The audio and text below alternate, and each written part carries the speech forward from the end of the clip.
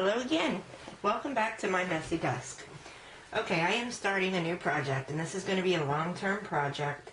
I recently became very interested in Ancestry and family stuff, so I am making a scrapbook for my family ancestry. I recently came across a photo album that has pictures in it from the 1920s. So I am starting with those and tracing my family back as far as I can and creating this photo with the pictures. Anyway, I haven't started the actual scrapbook yet. I've had a lot of work to do with this photo album and with the pictures that are in it. So tonight I am starting the actual scrapbook. Now, I wanted to point out, I seem to have a problem with the edges of each page. For starters, this page here that I'm using as the first page of the book, it's my family page. It came in a paper stack, and when I tore it out of the paper stack, the edge is very rigid, and there's a tear in it, which I couldn't get any of the papers out without tears, as you can see.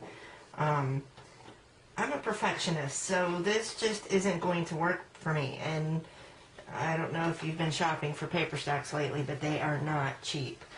So I said, well, how can I fix this problem? And I thought about it, and my paper cutter that I'm waiting for hasn't come in the mail yet, so I've been waiting to start this. But then it dawned on me tonight, I just made burnt tags, which you've seen in another video, hopefully. And because it's ancestry family stuff, it's old, it should look vintage, it should look very, very old. So I decided, what better way to age it than to burn it? And that will give me the kind of edges that I want for each page. It's imperfect, but it's rightfully so. It's aged. It doesn't look like it's been created by a manufacturer. It looks like it's used. So just like I did with the burnt tags, I just take the page, and let me point out, I have a glass bowl here. I take the page, I take a lighter, I just burn it just a little bit, just enough for it to flame, just a little, and then I blow it out. Now, as you can see, I don't know if you can see the orange here, it's still burning the paper, so I'm just going to rub it on the edge of the bowl, which kind of blots out the what do you call it, the flame. And then I just go to the next section. I do one small section at a time. Catch it on fire, blow it out, rub it on the bowl to put the flame all the way out so it doesn't continue to burn. And then I move on to the next section.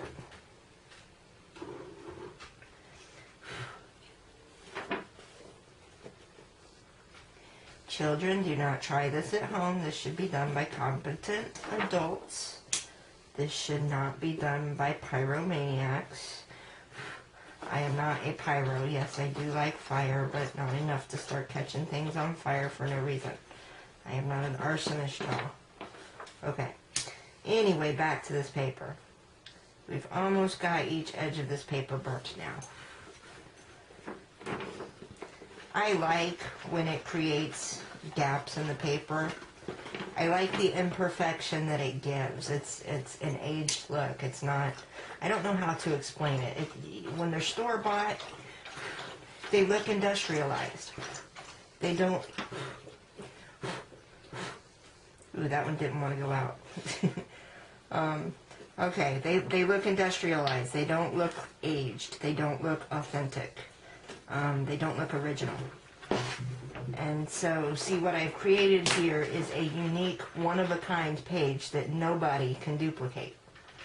Granted, they can duplicate the pattern of the page, but they can't duplicate the edges of the page. Even if they burn it, they can't create the exact same pattern.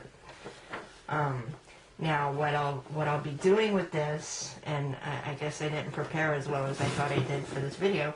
Anyway, what I will do for this, because I've now decreased the size of the actual page.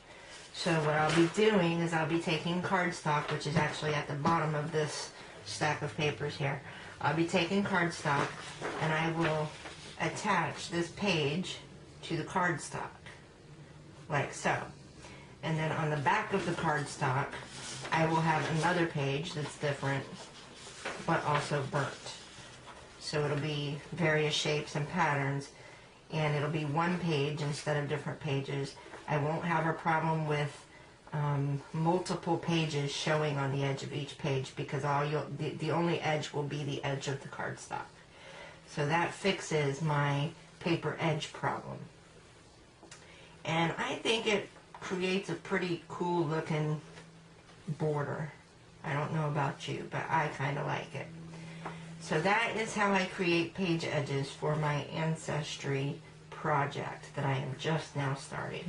Thank you for joining me. Come back to my messy desk.